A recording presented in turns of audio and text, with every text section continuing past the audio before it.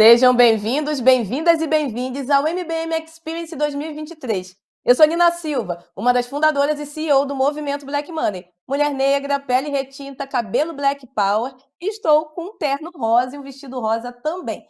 Está num palco super afrofuturista para essa experiência digital com vocês. Lado Alan Soares, CSO do movimento Black Money. Eu sou Alan Soares, um homem negro de 1,88 m e vestindo hoje um terno azul. Hoje eu quero falar para vocês sobre o MBM Experience, que é um evento de participação cidadã com o intuito de promover processos formativos e compartilhamento de conhecimentos sobre novas tecnologias voltados à melhoria na qualidade de vida e acesso a serviços para a população negra em geral. Consiste em uma maratona focada em formação, infoentretenimento, iniciando no nosso Inova Hack e culminando em nossa trilha de painéis com convidados para lá de especiais e atuantes nos temas dessa edição: investimentos, Web3 e futurismo. Bom, mas um projeto, Alan, como esse não poderia acontecer sozinho. Com a realização do movimento Black Money, ainda contamos com as forças somadas de nossos patrocinadores. Mover, Movimento pela Equidade Racial, e Sebrae. Juntos nessa também, nossos parceiros institucionais, Itaú e TD, Transformação Digital, que trouxeram toda a estrutura necessária para a realização da nossa epopeia. E nossos media partners que engrossam aí esse grupo, o Portal Terra e o Mundo Negro. De todo o time de colaboradores e convidadas, que são o coração de tudo que vocês presenciarão hoje de maneira imersiva. Mas chega de apresentações, bora para ação? Vem com a gente.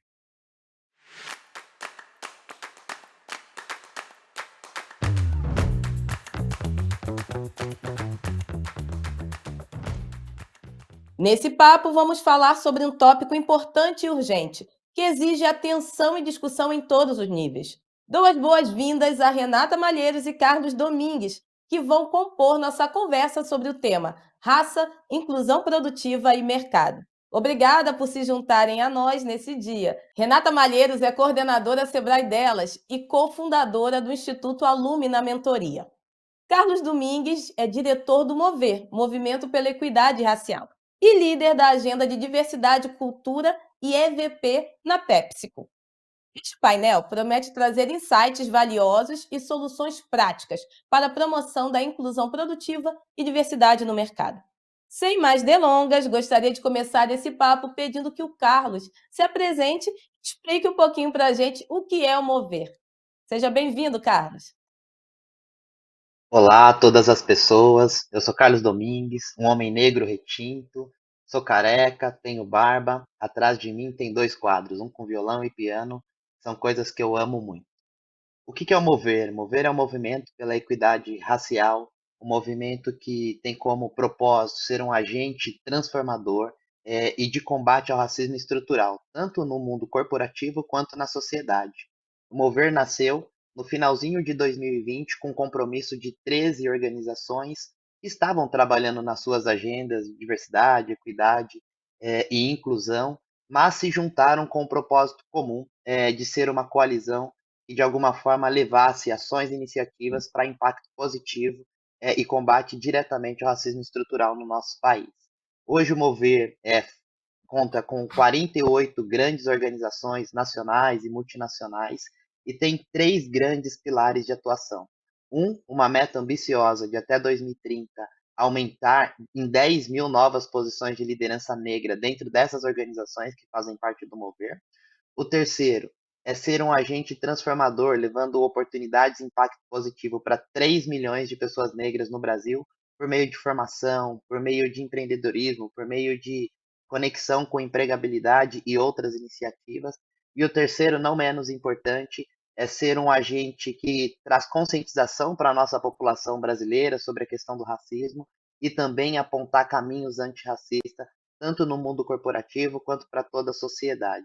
Hoje a gente se estrutura dentro desses três grandes pilares de ambição e com novas empresas conectando ao nosso ecossistema para gerar ainda mais impacto, tanto para as organizações quanto para a sociedade.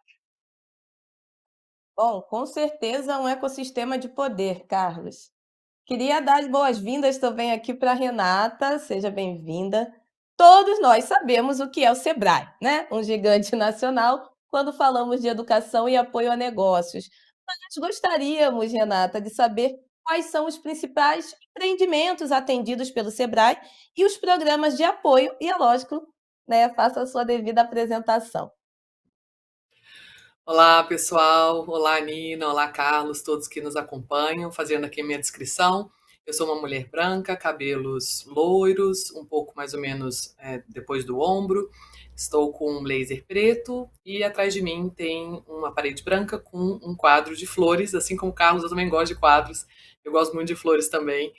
E eu gostaria de começar dizendo que o SEBRAE, o Serviço Brasileiro de Apoio às Pequenas Empresas, tem por objetivo apoiar quem já tem um negócio ou quem busca abrir uma empresa. Então, basicamente, todo mundo que é empreendedor ou empreendedora é nosso cliente e, claro, voltado para as pequenas empresas, ou seja, aquelas que faturam até 4,8 milhões por ano. Nós, do Sebrae, temos escritórios em todo o Brasil e aqui eu gostaria de falar um pouquinho sobre o Sebrae Delas, que é o programa que eu coordeno com muito orgulho. E nós, no Sebrae Delas, atuamos basicamente voltado para mulheres empreendedoras. A gente está em todo o Brasil e a gente atua com capacitação, com mentoria, com palestras, ou seja, com formação para as mulheres empreendedoras. A gente sabe que dentro da agenda da diversidade existem vários marcadores de diversidade que a gente precisa avançar, a raça é um deles. Então, estou muito feliz de estar aqui, aprender bastante e dizer que todas as mulheres do Brasil podem, empreendedoras, podem procurar o Sebrae para fazer parte do Sebrae delas. A gente tem cursos específicos, enfim, consultorias específicas que consideram as dificuldades adicionais, os obstáculos adicionais culturais que a sociedade acaba colocando nas mulheres, né? Por motivos culturais, a gente sabe que questões enraizadas desde a infância, né, que a gente escuta, isso não é coisa de menina, isso não é profissão de mulher. Os meninos também recebem as crenças limitantes, geralmente com relação aos sentimentos, né? O menino não chora, o homem não pode demonstrar sentimento. E a gente acaba levando isso de maneira inconsciente, influenciando as nossas escolhas e também como a sociedade nos vê. A boa notícia é que cultura a gente consegue mudar com tomada de consciência, com o poder das redes, e eu fico muito feliz de representar o Sebrae aqui numa rede potente como é a do movimento Black Money. Renata, com certeza a gente ainda vai falar muito do Sebrae delas aqui hoje, viu? Mas, Carlos, conta pra gente, quais os principais desafios das empresas junto ao Mover? A gente sabe que elas inicialmente rodaram um diagnóstico, né? E esse diagnóstico, o cenário é positivo ou negativo em sua maioria?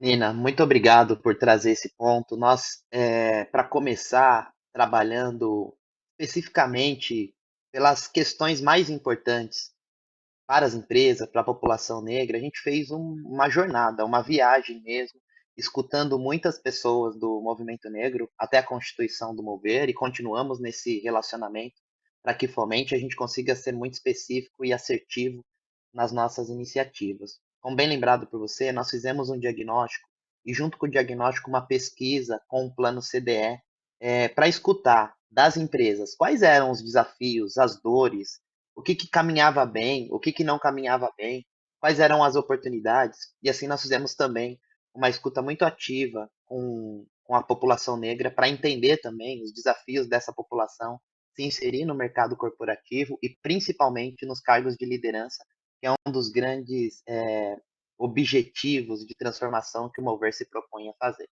Dentro dessa pesquisa, nós identificamos 6 grandes pontos, que são pontos, aqui tem um mix, tá? Um pouco de desafios das próprias organizações ou da própria população. Eu vou falar um pouquinho sobre esses pontos encontrados e o que a gente se propôs a fazer e estamos aqui de alguma forma endereçando ações. O primeiro são os vieses inconscientes e o racismo estrutural. Nós identificamos nas conversas o quanto isso ainda é muito presente principalmente para as lideranças que contratam, promovem, encarregam, e acaba sendo um grande bloqueio para desenvolvimento, para entrada e encarreiramento das pessoas negras dentro das organizações. O segundo ponto que nós encontramos ainda são as barreiras de formação. Nós vimos que as políticas afirmativas, como a lei de cotas, por exemplo, contribuíram para que a gente tivesse um aumento significativo de pessoas negras nas universidades e em outros lugares mais representativos. Mas a gente ainda identificou nessa pesquisa um gap de formação, que é onde nós estamos e vamos continuar endereçando investimentos de capital financeiro e intelectual para reduzir esse gap e, quem sabe, contribuir mais com as questões de formação da própria população.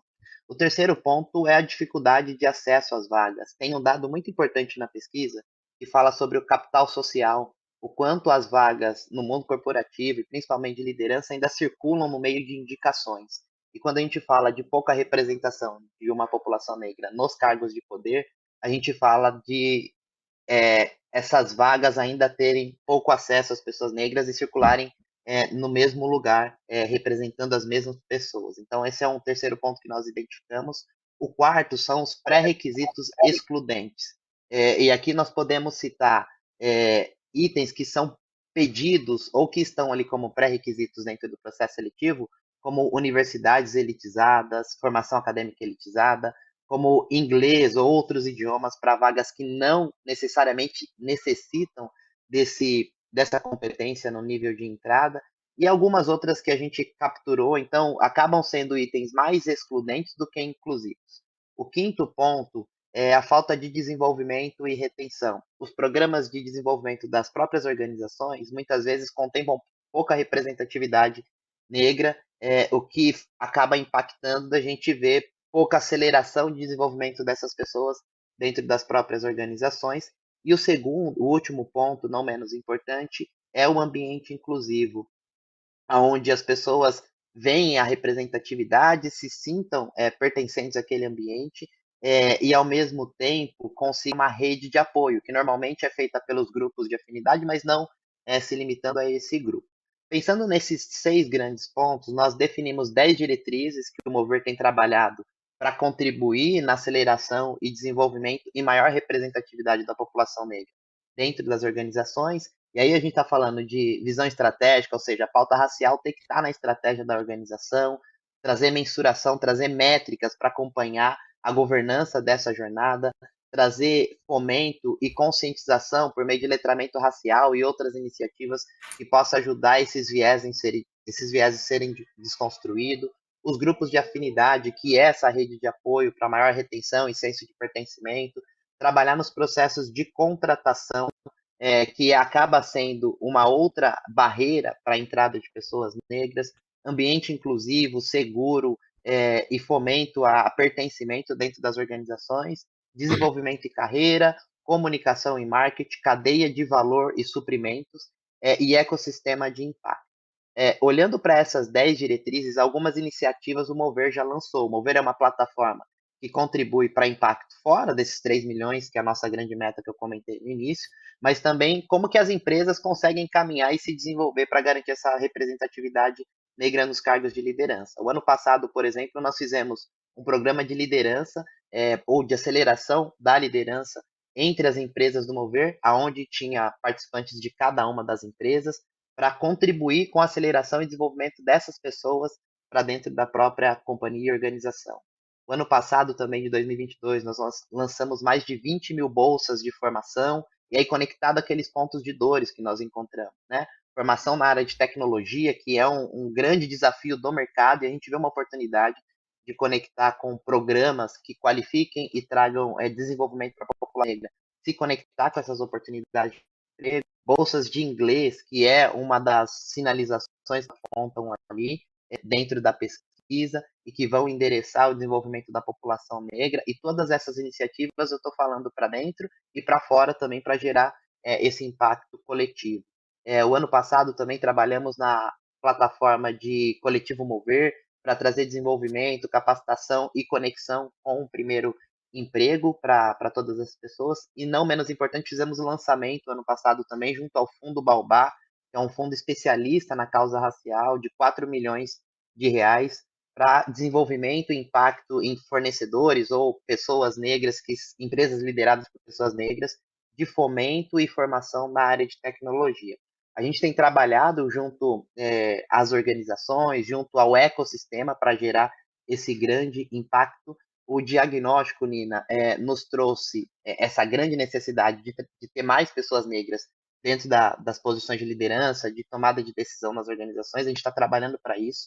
No final de 2023, a gente tem a nossa primeira entrega, a primeira visão de curto prazo, quanto que aumentou de liderança dentro dessas organizações, quanto que nós conseguimos movimentar. Então, no final desse ano, nós teremos um número mais tangível, mas o que a gente consegue acompanhar e ver é que as empresas que se conectam com a gente, ou que estão no nosso ecossistema, têm se colocado num lugar de desenvolvimento, de implementação de iniciativas, seja por meio de iniciativas afirmativas ou mudanças de processos, mentorias, contratações, entre outros elementos que essas organizações têm se desenvolvido. Um slogan que é muito importante para a gente é que para ser melhor é só fazendo juntos e juntas. E nós temos empresas com diferentes níveis, né, na jornada e na trajetória de equidade racial, e juntos a gente tem potencializado e ampliado o nosso impacto, que é o grande objetivo. Incrível, Carlos, porque a gente consegue ver que é só olhar, planejar, diagnosticar, desenhar metas e começar a executar, né. E aí, até o final do ano, vocês vão ter aí uma mensuração inicial de todo esse trabalho, que com certeza é muito trabalho, mas é a intencionalidade que faz com que esse trabalho seja efetivo. E falando de intencionalidade, Renata, em sua atuação no Sebrae Delas, você identifica as diferenças de acesso de mulheres negras e indígenas a oportunidades e escala em comparação com as mulheres brancas? E aproveita também e fala para a gente se o Sebrae já está trabalhando com o tema, como que vocês veem isso internamente. Sem dúvidas, Nina. Eu queria começar falando, né, parabéns para o nosso colega Carlos, muito legal. Quero depois trocar várias figurinhas com vocês para conhecer mais o trabalho do Mover. Bom, como eu falei no começo, o Sebrae, dentro dos marcadores de diversidade, a gente está bem mais avançado na parte de gênero. Agora, a raça, sem dúvida, é uma prioridade para a gente. E a gente sim observa, né, respondendo a sua pergunta, alguns desafios adicionais. E é exatamente isso que o Carlos falou dentro dos 6 pontos levantados. Né? O primeiro deles, as barreiras vinculadas aos vieses inconscientes, né, lá da infância, enraizados, que são verdadeiros preconceitos mesmo. Então, quando a gente olha para as mulheres empreendedoras no Brasil, hoje a gente atingiu um marco de 10,3 milhões de mulheres empreendedoras, foi o ápice que a gente tem dentro da nossa série histórica dos últimos 16 anos, e a gente observa alguns desafios adicionais. Olhando para mulheres em geral, a gente observa que as mulheres empreendedoras se dedicam 17% menos horas às suas empresas do que os homens empreendedores. Eu costumo brincar, né, que o que a gente está fazendo quando a gente não está se dedicando às nossas empresas? Tomando caipirinha na rede, que não é. A gente sabe que por motivos culturais, os trabalhos de cuidado, os trabalhos de cuidado com as crianças, com os idosos, com a casa, enfim, as tarefas domésticas acabam recaindo mais sobre as mulheres. Mulheres se dedicam o dobro de horas às tarefas domésticas.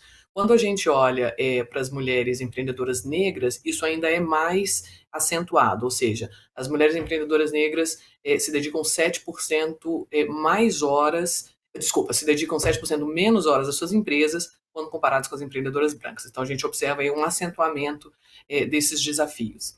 Boa notícia é que a gente está trabalhando para contribuir para que essas barreiras sejam dissolvidas, muito diálogo, capacitação, parcerias, então a gente observa também um caminho importante para ser seguido. Outro ponto que eu gostaria de colocar é com relação aos empreendimentos, né, liderados por mulheres. A gente observa uma concentração de empresas lideradas por mulheres nos setores de alimentos e bebidas, moda e beleza. Nenhum problema, são excelentes setores, só que a gente ainda vê uma necessidade muito grande de aumento da intensidade de inovação, intensidade de tecnologia desses segmentos. De novo, questões culturais, né, e estruturais desde a infância, né, meninas em matemática, meninas em humanas, todas essas questões de vieses inconscientes sendo colocadas e, claro, influenciando as próprias seleções das meninas para as exatas ou para humanas, né, digamos assim. Então, precisamos avançar no número de mulheres em empresas que tenham intensidade de inovação, intensidade tecnológica, para que a gente possa ter empresas mais competitivas. Esse é mais ou menos o panorama. Então, o que eu observo é que, no geral, os obstáculos adicionais vindos desses preconceitos, desses vieses inconscientes que as mulheres empreendedoras enfrentam, quando a gente observa um recorte por raça, eles são intensificados. Bom que a gente tem aí uma política caminhando, né, também dialogando na esfera pública, junto a todas essas organizações e possibilidades de paridade salarial entre gêneros, né, a questão dos 30% aí de pessoas negras, do decreto de pessoas negras em cargos de confiança no governo. Eu acho que quando a gente tem várias entidades tanto do âmbito público quanto do âmbito privado, falando e direcionando seus esforços para a mesma direção, a gente se move mais rápido, né. E que bom que falar de empreendedorismo também é um lugar que a gente pode falar com intencionalidade, deve falar com intencionalidade, para mover essa estrutura, essa engrenagem de uma maneira mais acelerada.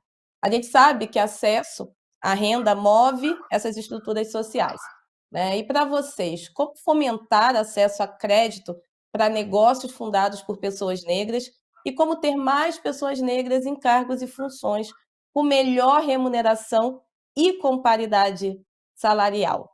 Quem começa? Quer ir, Rê? Vai lá, Carlos. Boa. A gente vai ficar Nina, jogando hoje.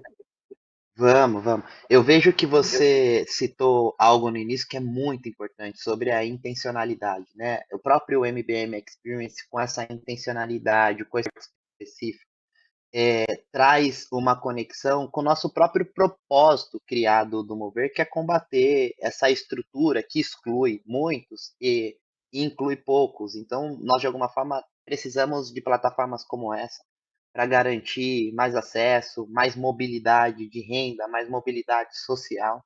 E, sem dúvida nenhuma, as nossas empresas, organizações que nós estamos, são plataformas que podem contribuir para que esse movimento, para que essa conexão e essa transformação aconteça de fato. Nós, desde o início do Mover, temos uma premissa muito interessante, né? Nós não queremos ser apenas uma plataforma ou um agente transformador que faz para a população negra, nós queremos fazer com. Então, a gente tem se conectado com diversas iniciativas que estão caminhando, com algumas com mais expertise, inclusive, do que nós de fazer alguns elementos, e a gente precisa se conectar para ampliar e fazer a potência dos nossos talentos e valores se ampliar o impacto dentro desse ecossistema. Falando especificamente, acho que de cadeia de valor, que é onde entra o empreendedorismo e as organizações hoje que fazem parte do Mover pode, e na nossa leitura que devem se conectar também de uma maneira intencional. Nós começamos um trabalho no finzinho de 2022, ele vai permear todo 2023, com a Adriana Barbosa, que é a líder do Preta Hub, Feira Preta, enfim, quantos empreendimentos a Adriana tem, mas ela está contribuindo conosco para criar um protocolo onde as organizações possam ser mais inclusivas na sua cadeia de valor, em dois grandes aspectos, né? Como que nós fomentamos mais negócios entre as grandes organizações e o empreendedorismo negro, e essa ponte precisa existir para garantir que essas empresas sejam fornecedoras dentro das grandes organizações, e a gente sabe que há algumas barreiras dentro de políticas, de processo, prazo de pagamento, entre outros elementos que podem acabar distanciando esses e essas empreendedoras do processo, mas também quebrar um viés das próprias organizações de que essas pessoas não estão preparadas para prestar serviço. Isso a gente já vê tantos empreendedoras preparadas. A Adri mostra sempre cases que ela já trabalhou no Preta Lab de pessoas que estão com prazo de pagamento super ok, com documentação toda redonda para poder entrar e prestar serviço. Então, ela vai nos ajudar com o desenho desse protocolo, onde as empresas possam se conectar e fazer uma contratação muito significativa.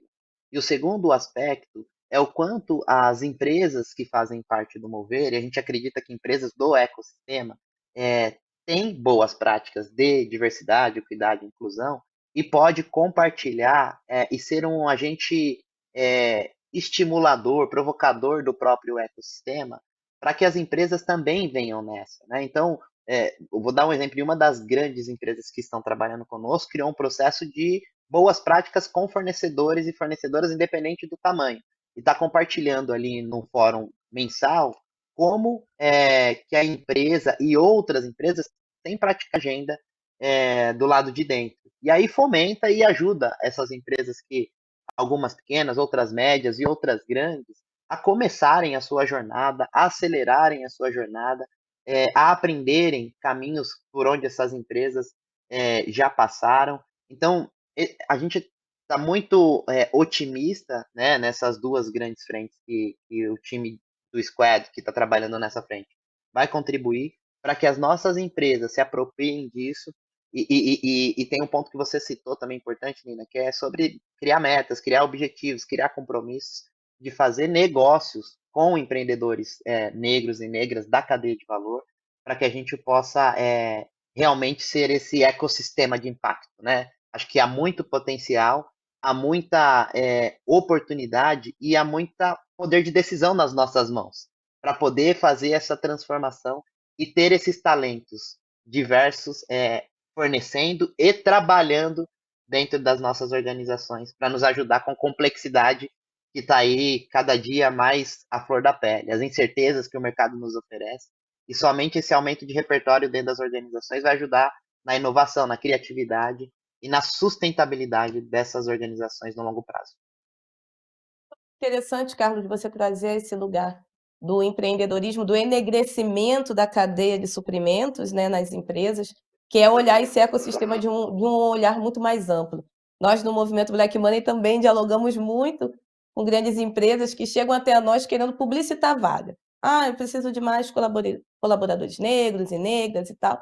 E a gente fala, tá, a gente pode publicitar a vaga, fazer, né, essa questão da atração dos talentos, mas a gente precisa também entender, desde o processo de seleção até o desenvolvimento, treinamento e aculturamento, né, tirar essa cultura enraizada do racismo estrutural e trazer uma cultura mais inclusiva. E para isso a gente precisa ter esse olhar não mais vertical, mas um olhar horizontal, que é quando a gente olha para a cadeia de suprimentos. E aí a gente também acaba oferecendo a essas empresas a possibilidade do enegrecimento dos seus supply chain. A gente fez no ano passado um programa de aceleração muito bacana com a P&G, onde nós aceleramos desde a parte de captar esses fornecedores, né? Não sei se vocês sabem, mas a gente tem 5.000 afroempreendimentos catalogados, né, do Brasil e atendidos, seja com educação, seja com digitalização.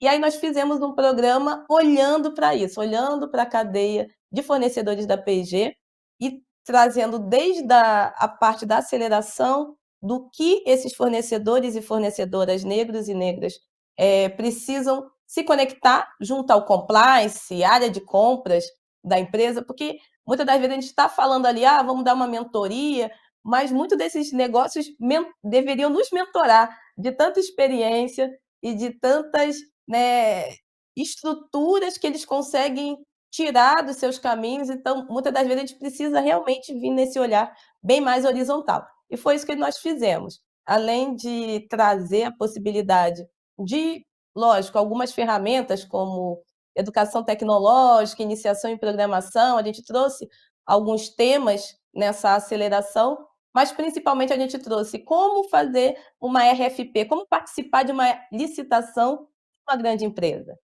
né? E apresentamos esse catálogo de negócios para a P&G, e a gente viu que realmente são esses tipos de intencionalidades que precisam serem aprofundadas, e a gente não parar o diálogo de equidade racial no processo seletivo, a gente engrossar o caldo e ir bem mais além.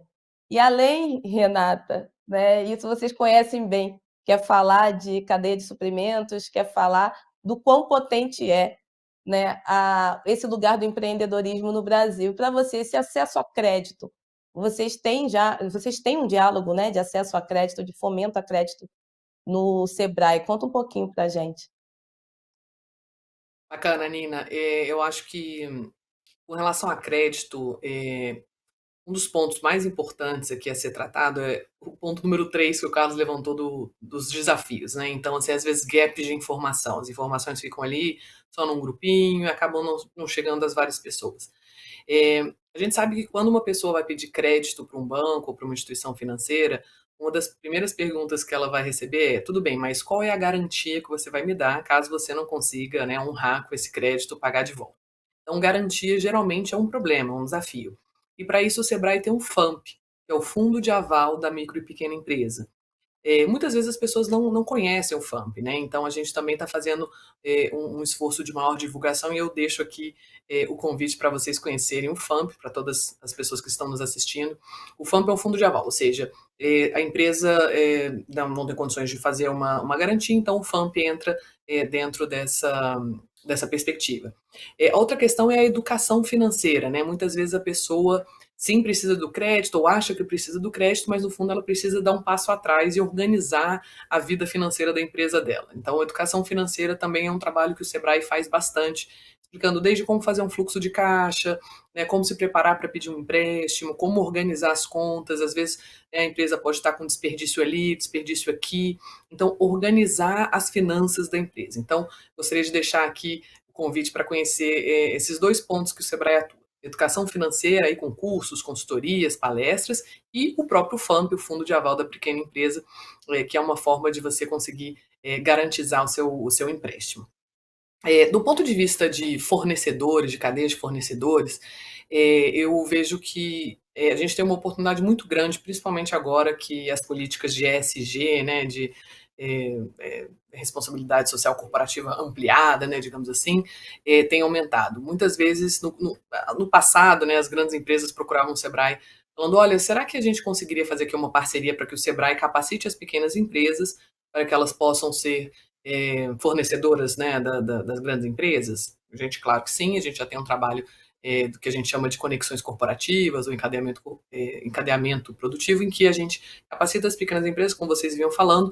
Às vezes precisa de um certificado, às vezes precisa de algum tipo de, né, enfim, informação ou mudança ali no processo para poder acessar essas grandes cadeias de valor das grandes empresas. E com o crescimento da ESG, com o crescimento da valorização da diversidade e inclusão, a gente vê as grandes empresas já se movimentando. Olha, Sebrae, será que você poderia capacitar pequenas empresas lideradas por mulheres? Sebrae, será que você poderia capacitar empresas lideradas por pessoas negras? E assim por diante. Então, acho que é um espaço que pode ser muito mais bem aproveitado, e será, assim espero, para que a gente de fato possa fazer inclusão produtiva dentro de cadeias. Sempre bom lembrar que quando uma pequena empresa vende para uma grande empresa, no fundo ela está se preparando também para se internacionalizar. Se uma pequena empresa no Brasil vende para uma grande empresa multinacional aqui no Brasil, por que não vender para essa mesma empresa nos Estados Unidos, na Europa, na Ásia, na África, na América Latina, né? Então, é uma forma de você aumentar a sua competitividade, conseguir as certificações que você precisa, melhorar seus produtos, seu processo e vender até para fora. Tem como as pessoas dizerem que: "Ah, agora eu não sei o que eu faço para atrair mais talentos negros para minha empresa. Eu não sei, que diretrizes tomar para poder trazer mais equidade racial e mais mulheres pra tomada de decisão". Esse papo nosso de hoje foi quase que um guia prático, né, do que pode ser feito para pequenas, médias e grandes empresas entrarem realmente de maneira intencional nessa caminhada. Eu quero agradecer imensamente o papo aqui incrível e o apoio, né, tanto do Mover quanto do Sebrae em acreditar, confiar e vir junto, não somente nas suas iniciativas internas, mas ampliado, conectado aqui com o nosso ecossistema do movimento Black Money. E deixar esses minutinhos finais para vocês darem as suas considerações. Carlos? Nina, eu gostaria muito de agradecer a sua pessoa, todo o trabalho e intelectualidade que você e todo o seu time têm colocado para que o nosso Brasil se desenvolva, para que a nossa população negra tenha acesso a crédito, acesso a novas plataformas para fazer negócio. e acesso para a transformação de fato, que sem dúvida nenhuma é o que vai levar nosso país para frente, é o que vai levar nossas organizações para frente, com o olhar da multiplicidade de talentos que nós temos nesse Brasil. Então, muito obrigado. Obrigado pelo convite. Renata, é um prazer estar aqui com você também. Espero que, de alguma forma, o Mover continue sendo essa plataforma para contribuir para o combate ao racismo estrutural no Brasil e com práticas antirracistas para nos levar ainda mais longe. Muito obrigado. Bom, pessoal, também gostaria de agradecer imensamente o convite, aproveitar também para dizer que, Nina, a gente é muito fã do seu trabalho. Nina esteve conosco agora recentemente no evento, né, do Mês das Mulheres, também abrilhantando o nosso evento, já somos parceiros há muito tempo. Carlos, um prazer enorme te conhecer, vamos certamente trocar figurinhas, aumentar essas conexões no ecossistema.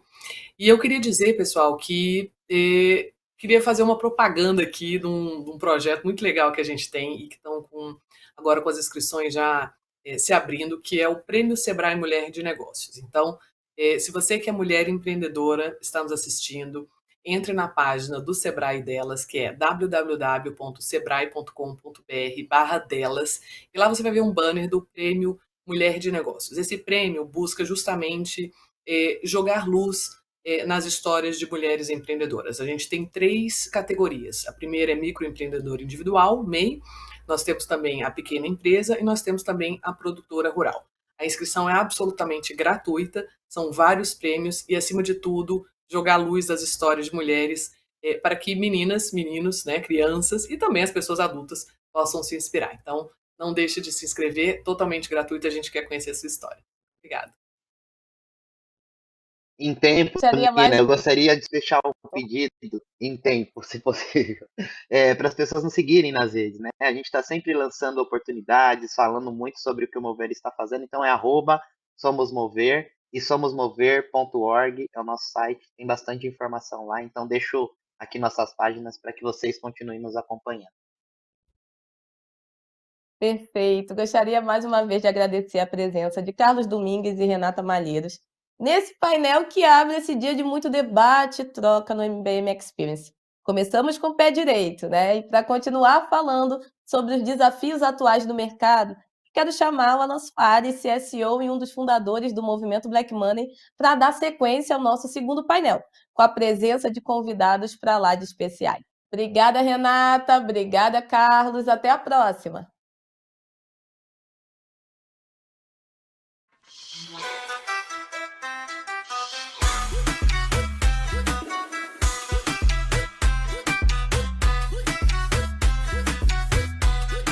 Então, o movimento Black Money ele foi uma ideia da panafricanista que já foi desenvolvida desde Garvey, que são ideias de libertação da comunidade negra, envolvendo educação, envolvendo bens de capital, ou seja, negros sendo autônomos, autossuficientes, controlando os bens de produção. É isso que o movimento Black Money coloca. Como que nós podemos chegar na nossa autonomia a partir do momento em que a gente precisa ter as nossas próprias instituições. Pedir inclusão, até quando que nós vamos pedir inclusão? Até quando que igualdade ainda vai ser um título a ser colocado como algo para nos marginalizar, para nos pacificar? Então o movimento Black Money ele vem para trazer um hub de transformação. Esse hub de transformação ele passa desde comunicação, educação, como no Africa Tech, até mesmo a parte financeira.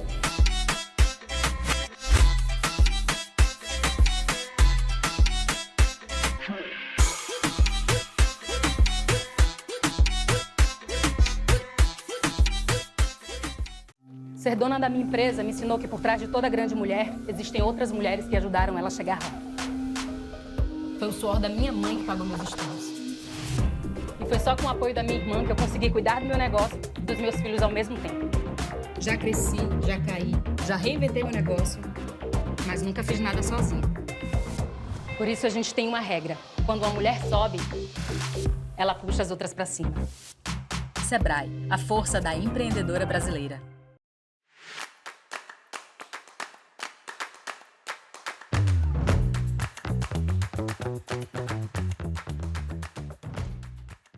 Olá, meu nome é Alan Soares, sou um dos fundadores do movimento Black Money e eu estou aqui hoje para conversar sobre os desafios que os ciclos de mercado impõem às startups. Para isso, temos a honra de receber a Bianca Proença, que atualmente é a gerente responsável pelo programa BNDES Garagem, um programa de aceleração de startups de impacto do BNDES. E o meu amigo Gilvan Bueno, que é especialista em finanças, empreendedor e atualmente é o gerente educacional da Orama Investimentos. Antes que nossos convidados possam se apresentar de forma mais detalhada, eu gostaria de tirar uma possível dúvida da nossa audiência. Acredito que possam estar se perguntando: o que são ciclos de mercado? Deixa eu explicar. Ciclos de mercado são flutuações regulares e recorrentes na economia, que afetam as atividades econômicas, como produção, investimentos, emprego e preços. A nossa conversa tem o intuito de fazer com que a audiência entenda esses ciclos e como eles afetam a economia, para a tomada de decisões mais assertivas. Então, para começar, Bianca, por favor, se apresente e conta um pouquinho no que você tem atuado dentro do BNDES Garagem. Obrigada, primeiramente, pelo convite aqui. É uma honra participar desse evento com vocês. Bem, eu sou Bianca Proença, sou gerente do BNDES Garagem, que é um programa de aceleração de startups de impacto, ou seja, a gente acelera anualmente 45 startups que tenham como missão, como core business, resolver um problema social ou ambiental.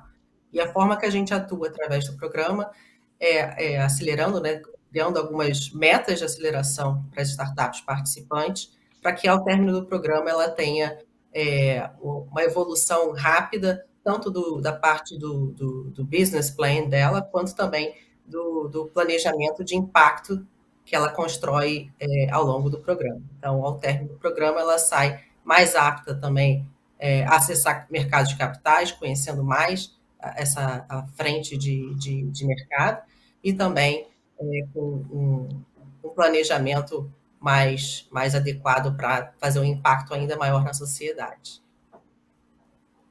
Bianca, antes de eu passar a voz para o Gilvan, eu queria perguntar para você o seguinte: qual é o nível de maturidade que essas empresas devem procurar o BNDES?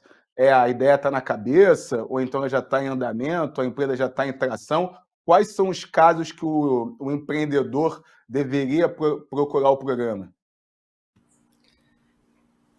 Pelo programa do BNDES Garagem, a gente acelera startups em 2 estágios, né? Então, a gente acelera tanto startups que ainda estão ali na fase de validação do MVP, então, startups que estão ainda no papel, não precisa nem ter CNPJ ainda nesse estágio, quanto as startups mais maduras, que já têm o seu modelo de negócio já validado pelo mercado, mas ainda assim precisa do apoio do BNDES para acelerar esse crescimento.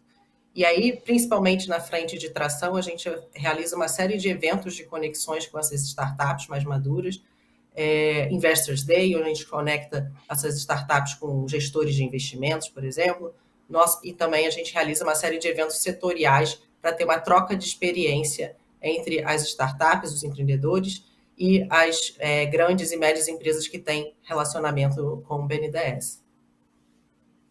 Ótimo, Bianca. Gilvan, por favor, se apresenta para a gente e conta um pouquinho do que você tem feito durante esses últimos tempos. Primeiramente, muito obrigado.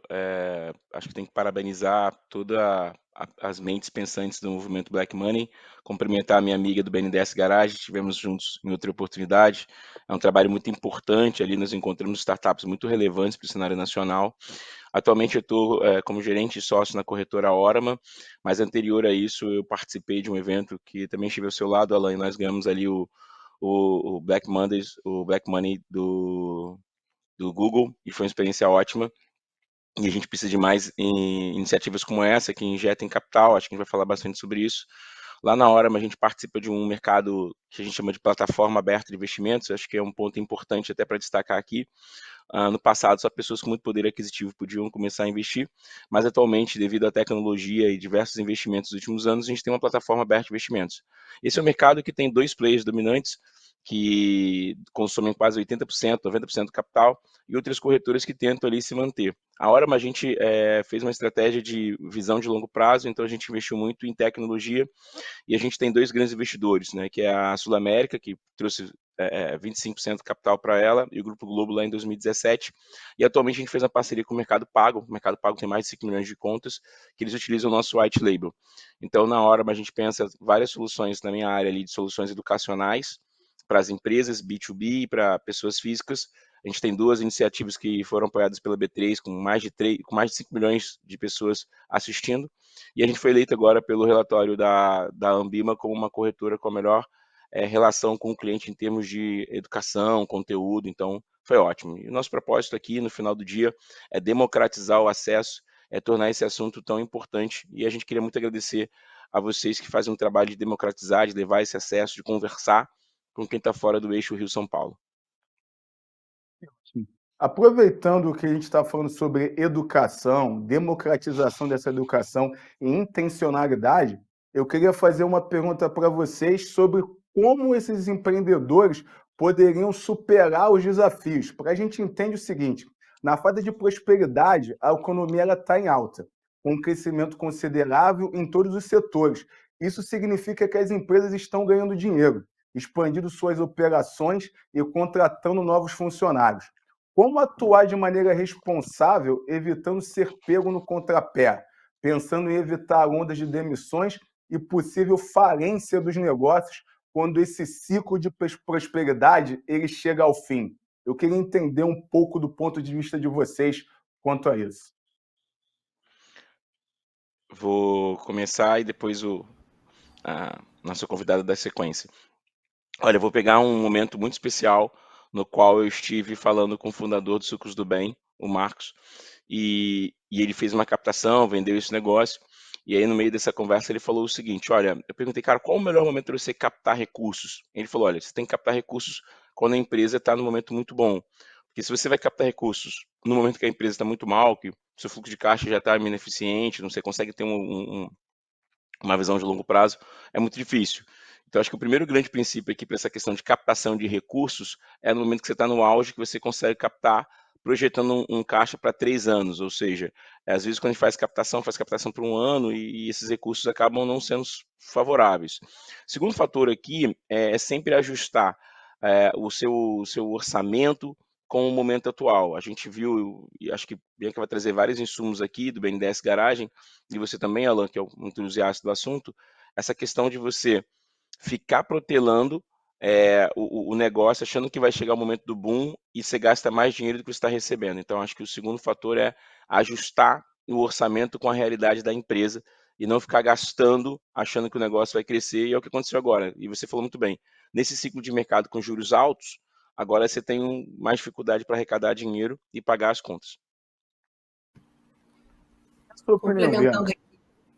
Complementando o Gilvan, né, eu acho que é muito importante esse olhar muito atento, né, ao orçamento realmente das startups, evitando essa queima de caixa muitas vezes desnecessárias, né? Quando você está num momento de juros baixos, com a economia aquecida, a tendência é que todo mundo gaste mais recursos e tenha uma alocação menos responsável do seu recurso, né? E agora que a gente está vivendo essa alta de juros generalizada, né, não só apenas no Brasil, como no mundo todo, isso faz com que reduza a quantidade de investidores nas startups, e aí agora os gestores das startups precisam ter um olhar muito cauteloso para a queima do caixa, né, para o seu orçamento, para tentar alongar ao máximo o recurso que ele tem ali disponível de investimentos. Isso acaba fazendo realmente com que tenha essa onda, né, de demissões que a gente está presenciando, vivenciando, mas isso faz com que a startup tenha essa longevidade e consiga superar esse vale que a gente está passando agora em função da alta dos juros. Aproveitando que você trouxe o caso da alta de juros, eu queria fazer uma pergunta que serve para os dois. É possível o empreendedor ele ter uma bola de cristal para conseguir prever essa mudança do ciclo? É possível conseguir compreender quando a música está parando de tocar? Porque a gente está vendo alguns casos hoje em dia de grandes conglomerados, não vou citar aqui os nomes, mas pedindo recuperação judicial, com um grande problema para conseguir novos créditos, porque os juros estão muito altos para isso, mas existe uma forma de se planejar para evitar o pior? A gente tem que esperar o pior, mas tem como evitar o pior? Tem como ver na bola de cristal que o ciclo está mudando? O que vocês acham disso? Ah, legal. Acho que as novas empresas, Bianca me complementa depois, né, acho que as novas empresas elas têm que olhar muito para a ciência de dados, né. Então a gente, aqui na Horama, a gente tem uma área de ciência de dados, eu tenho criado alguns projetos nesse sentido, porque acho que a ciência de dados hoje vai ajudar bastante. Por exemplo, eu vou trazer aqui só uma literatura rápida, né, a estratégia do Oceano Azul, cara, ela é muito legal do seguinte, né, a gente tinha Disney e Netflix disputando o mercado de streaming, e a Netflix tinha 7 anos de vantagem contra o segundo colocado. A Disney queimou em média 1 bilhão por ano, nos últimos 2, 3 anos, para chegar ao mesmo número de usuários da Netflix, que são mais de 220 milhões de pessoas. Só que ela queimou muito caixa para fazer isso. Então o mercado sabia que ela ia chegar, pelo nível de investimento que ela estava fazendo, aquisição de clientes, mas que talvez ela aumentaria seu endividamento.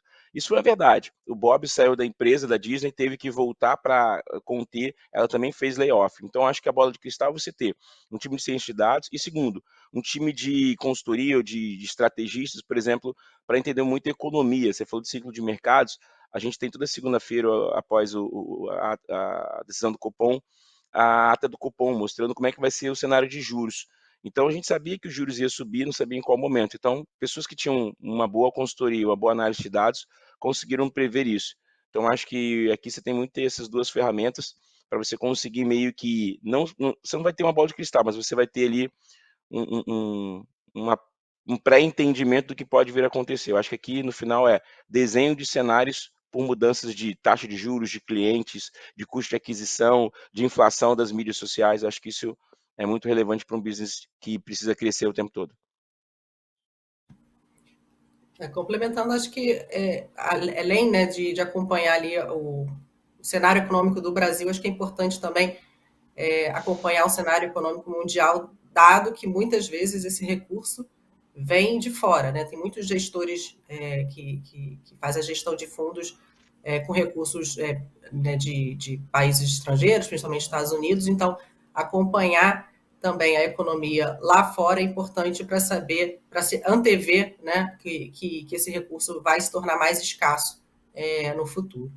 E sempre buscar esse olhar realmente do orçamento, né, que o Gilvan colocou, sobre da gente tentar sempre fazer uma gestão financeira da empresa para buscar a sustentabilidade financeira, porque esse excesso de queima de caixa que a gente vivenciou no passado em função dos juros muito baixos, tanto no Brasil e principalmente lá fora, vai se tornar mais difícil agora. Eu vou fazer uma pergunta pinga-fogo para vocês. E vocês dois me trouxeram o seguinte: uma consultoria, tratar de análise de dados, ficar antenado com o mercado, mas nós tivemos várias companhias, tanto no Brasil quanto no exterior. No exterior, vou trazer até o caso aqui do Banco SVB, que acabou sendo liquidado o banco, mas o ponto é que todas essas instituições elas tinham um corpo financeiro que deveria fazer essa análise de risco. Se essas instituições, mesmo com toda essa expertise, essa tecnologia, não conseguiram, de repente, se adaptar, o que vocês acham que seria eficaz para o pequeno empreendedor e para o médio empreendedor conseguir se manter de pé? Ô, Alan, acho que aqui tem muito o core business, né? Acho que o que as empresas fazem, assim, por exemplo, vamos voltar lá atrás, a gente teve uma empresa no Brasil que era a Aracruz Celulose. Ela saiu do seu core business, começou a operar no mercado futuro e perdeu mais patrimônio do que tinha. No caso do banco SVB, ali ele tem um desafio que é o seguinte: um banco ele pega suas reservas e ele deixa elas sem risco de taxa de juros. O SVB ele começou a fazer uma coisa diferente do seu core business.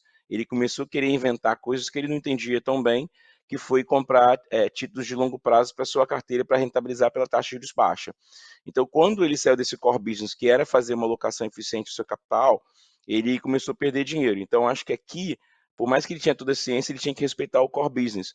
Então, no caso de algumas instituições que a gente vai olhando, às vezes você sai muito do seu core business para fazer coisas que não são dentro do seu core business. Então, acho que o empreendedor ele tem que respeitar muito ali a ideia de um plano de negócios, entender se aqueles negócios fazem sentido com a estratégia da empresa e não tentar inventar. Por exemplo, a gente vai observando empresas que tentam fugir do seu core business que acabam destruindo o modelo de negócio. Então, o SVB ele saiu do modelo dele de core business. Então, acho que o primeiro fator aqui é, cara, ter um conselho que não permita que uma pessoa só tome decisões e essas pessoas consigam falar, o core business é esse. Sem dúvida. E eu acredito também que no caso do Banco Americano, né, eles também não estão muito acostumados com inflação e altas dos juros assim tão inesperados, né? Acho que o brasileiro está mais acostumado com esse patamar de juros e quando eles foram pegos ali acho que de surpresa, no caso deles, por conta dessa inexperiência, né, por terem vivido anos e anos com juros super baixos. Então, agora, acho que o brasileiro está mais escaldado com isso, né, com as consequências da inflação e da alta de juros altos, mas, de qualquer forma, essa alta de juros lá fora também afeta muito nossos empreendedores aqui, em função dessa dificuldade de atrair o recurso, já que o recurso acaba migrando ali para investimentos mais seguros nos Estados Unidos. E acho que, além disso, né, o Gilvan já bem colocou, realmente se ater ali ao core business da empresa e não tentar buscar esses mecanismos financeiros para tentar rentabilizar o recurso da empresa, né? O dinheiro que está na empresa deve ser investido no crescimento da empresa e não buscar esses outros mecanismos para buscar rentabilizar o caixa da empresa. Alan, queria só trazer dois pontos aqui muito legal junto com a fala da Bianca que você levantou, que são as coisas que não estão no radar, né, que a gente chama no mercado de Black Swan ou eventos inesperados. Uma coisa que eu e você a gente sempre fala é essa questão do imprevisível acontecer.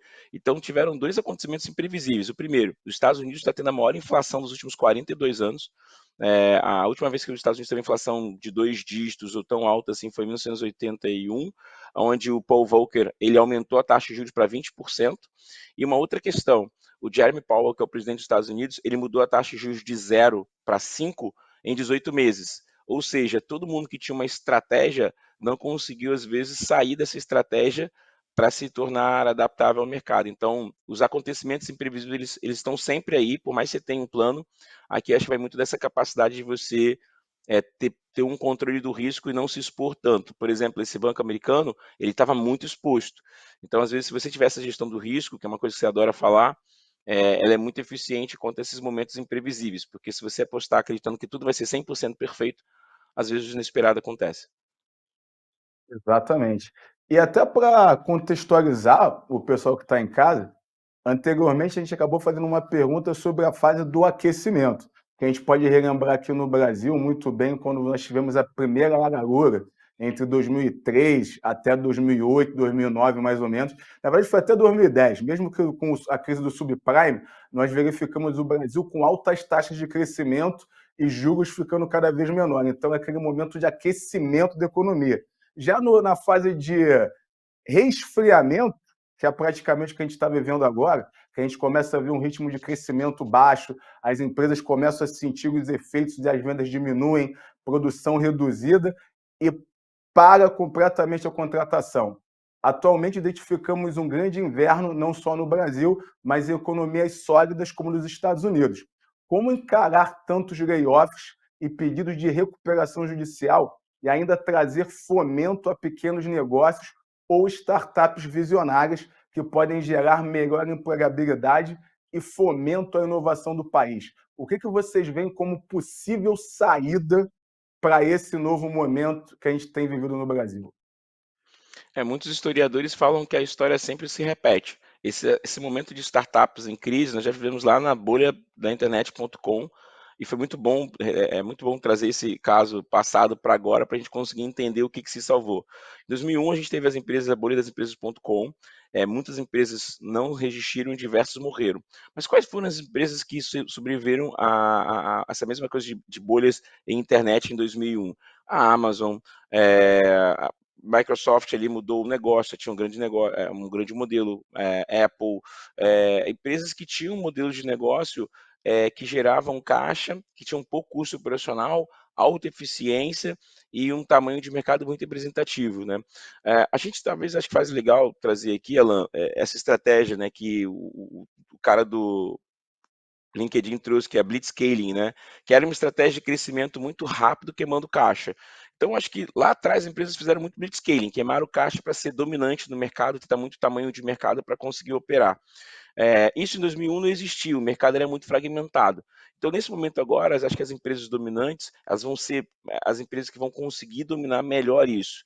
As empresas que não são dominantes, ou seja, que têm pouca base de usuários, que queimam muito caixa, elas têm que começar a reduzir mesmo, então o layoff faz parte disso, mas acho que agora aqui é ajustar o seu modelo de negócio para ele ter um pouco mais de previsibilidade. Eu acho que modelos de negócio que flutuavam em aquisição de clientes, gastando caixa para crescer, vão sofrer mais. Acho que aqui o que vai ser é um player mais dominante, com um modelo de negócio que gera caixa, pouco custo e mais eficiência. Quem não estiver nesse patamar vai ter que se ajustar.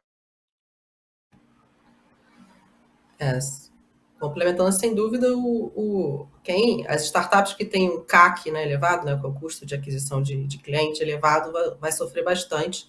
E, geralmente, são as empresas que têm um modelo de negócios B2C, né, que precisa queimar recurso para comprar, atrair mais clientes para a sua base, né? Então, startups que tenham um modelo de negócio que você consiga ter um custo de aquisição baixo, ou venda diretamente para empresas, tendem a conseguir a superar essa crise mais facilmente. E, sem dúvida, essa parte, né, para ganhar esse crescimento super acelerado, né, baseado em queima de caixa, isso vai ter que ser pensado outra estratégia para conseguir superar essa fase. Deixa eu pegar um pedacinho da tua dica aqui, Bianca. Então você consegue endereçar os empreendedores que estiverem ouvindo a gente, ou então aqueles que querem se tornar empreendedores, que esse seria um momento que eles tivessem uma estratégia que se encaixasse mais no B2B do que no B2C, porque eles conseguem ter, digamos, uma estratégia de vendas mais recorrente para empresas e também o custo de aquisição menor do que ele cair no mar aberto do varejo? No B2C, essa seria a sua dica principal para esse momento, para esses pequenos empreendedores atualmente? Esse é um modelo de negócio que veio demonstrando bastante sucesso recentemente, né? Por exemplo, a Gympass, por exemplo, quando começou, ela tentou esse modelo B2C para né, escalar, e depois ela migrou para o modelo B2B2C, ou seja, ela acaba reduzindo os pontos de contato ali na aquisição do cliente, e ela consegue indiretamente atingir uma quantidade de clientes tão grande quanto se ela fosse diretamente ali no B2C, com uma queima de caixa muito menor, por não ter que fazer várias ações no varejo, né? Então ela vai de uma estratégia mais assertiva para atingir o público-alvo dela. Essa estratégia me parece ser mais bem sucedida nesses momentos de escassez de recursos, onde você não vai ter né, uma avalanche de dinheiro chegando desses fundos estrangeiros que vão colocando cada vez mais dinheiro para aquisição de clientes, e você tem que ter uma gestão de caixa mais eficiente. Alan, até pegando um ponto ótimo que a Bianca trouxe, acho que a ideia aqui é você tentar trazer estratégias que dão certo. Como a gente falou ainda há pouco de Blitzscaling, né, de você ter uma boa base de usuários, que essa questão de base de usuários dessa tribo é muito relevante. Recentemente, o Netflix, quando enfrentou, é uma empresa grande, com muito fluxo de caixa, mas ela enfrentou um concorrente muito feroz, que foi a Disney, todas as empresas que estavam atrás dela, ela começou a rever coisas que ela não acreditava para o momento atual. A Netflix ela não gostava de ter propaganda dentro do seu conteúdo.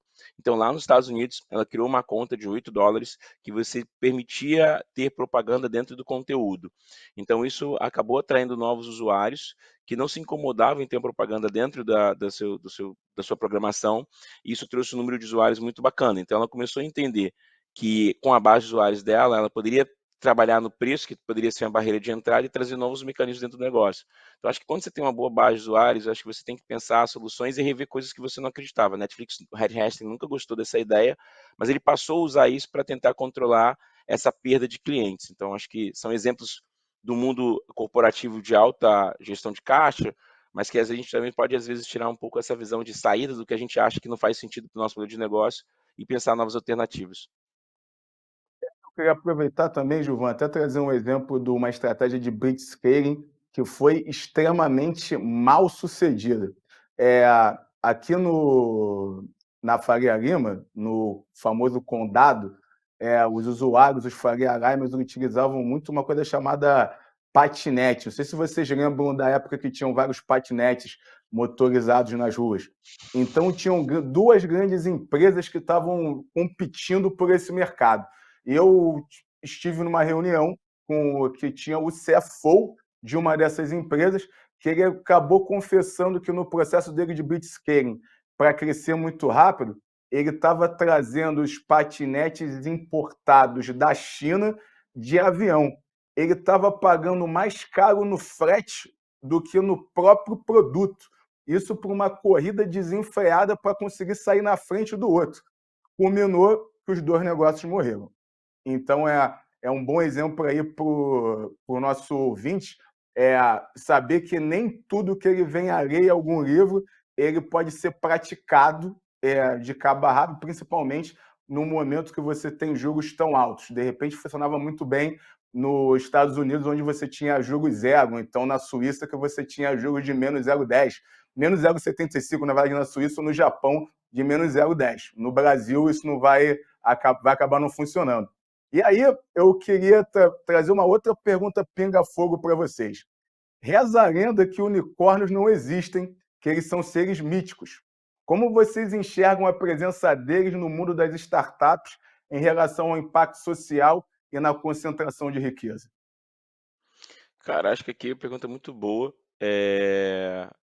Saiu um estudo de uma companhia americana falando que unicórnios demoravam 6 anos para existir, queimando muito fluxo de caixa. Talvez agora, copiando a história, o unicórnio fique um pouco mais escasso, né? A gente viu o SoftBank talvez reduzindo, vendendo algumas posições, essa taxa de juros alta pelo mundo todo. Acho que a parte de impacto, o Kofi Annan, quando ele pensou lá o princípio de investimentos responsáveis, ele pensava numa coisa que ajudasse o ecossistema. Acho que a gente ainda está construindo, acho que eu queria muito paralisar a Bianca, porque eu convivo em alguns momentos com os projetos BNDES Garage. Eu acho que é o único projeto no Brasil que abre suas casas, que coloca seus recursos, tanto os econômicos quanto materiais e humanos, para promover os talentos. A gente vê, por exemplo, as grandes empresas que pensam em startups, elas pensam em comprar, em vender um negócio, ganhar muitos milhões e pouco ajudar o ecossistema. A gente tem lá até o Google, que eu fiz questão de botar, mas todo mundo que é ex-Google pode acessar a plataforma. O empreendedor que está começando, ele não tem muitos recursos, ele não tem espaço, ele não tem networking, ele não tem um lugar para debate, ele não tem acesso a pessoas com muito capital intelectual. Então, acho que essas iniciativas do BNDES e do Google são importantes. E o MBM também, que hoje vem promovendo diversos encontros, diversas premiações, colocando seus ativos nisso. Então, acho que os unicórnios, eles não acabam ajudando o ecossistema, acho que você frisou bem, eles acabam criando acumulação de recursos, e a gente talvez precisaria pensar. Mas eu acredito que nos próximos 5 anos, olhando as projeções do Banco Mundial, a gente vai ter dificuldade muito de ter mais unicórnios, tá? A desconfiança está um pouco maior. Mas acho que os unicórnios hoje, eles vivem num metaverso distante da realidade e que não ajudam o ecossistema e se concentram um pouco em grandes fortunas, assim. Então, acho que a gente precisa rever isso e tentar criar um modelo mais sustentável. Acho que equivale um pouco do que os bancos aqui fazem no Brasil. Todo banco deve destinar no mínimo 5% do seu capital para projetos sociais. Então, o microcrédito cresce muito no Nordeste por causa disso. A gente tem que ter uma lei que permita que as empresas que tenham, são os unicórnios, destinem um pouco do seu capital para fomentar os pequenos?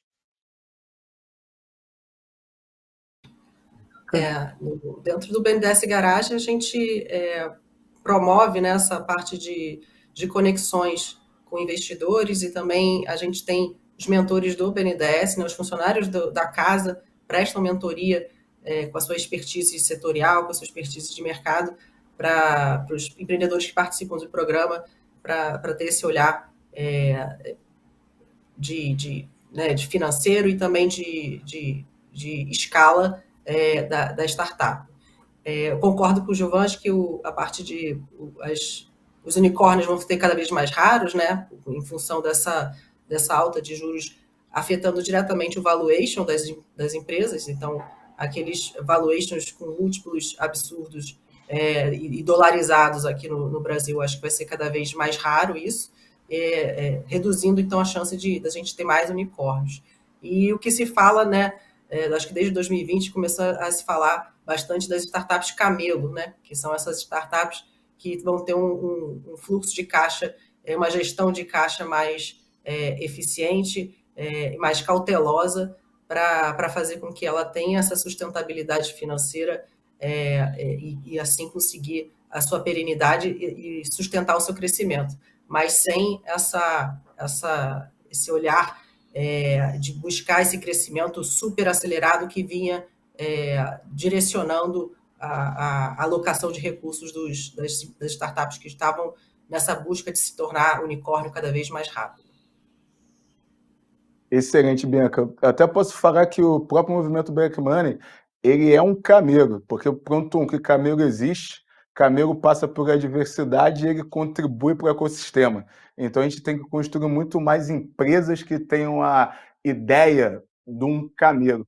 E aí a gente está até caminhando aqui para o final da nossa conversa, infelizmente, mas eu teria mais duas perguntas, que é uma para cada um.